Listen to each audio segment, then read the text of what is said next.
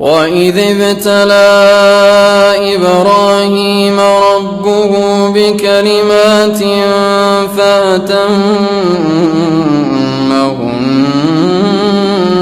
قال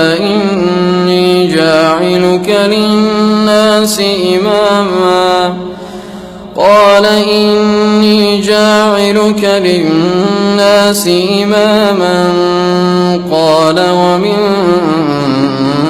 ذريتي قال لا ينال عهد الظالمين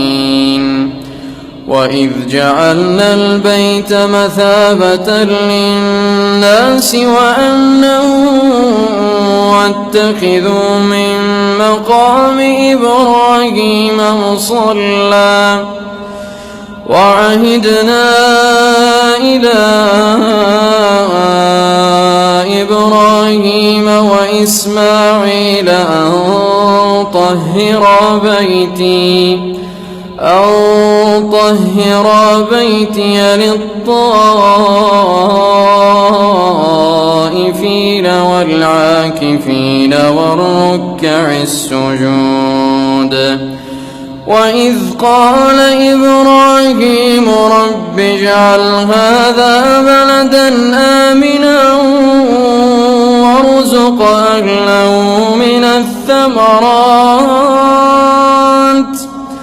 وارزق أهله من الثمرات من آمن منهم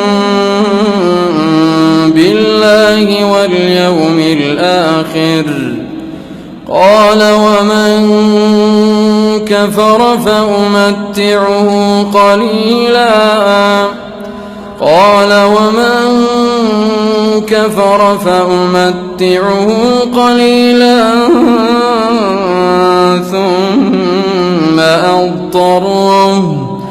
ثم أضطره إلى عذاب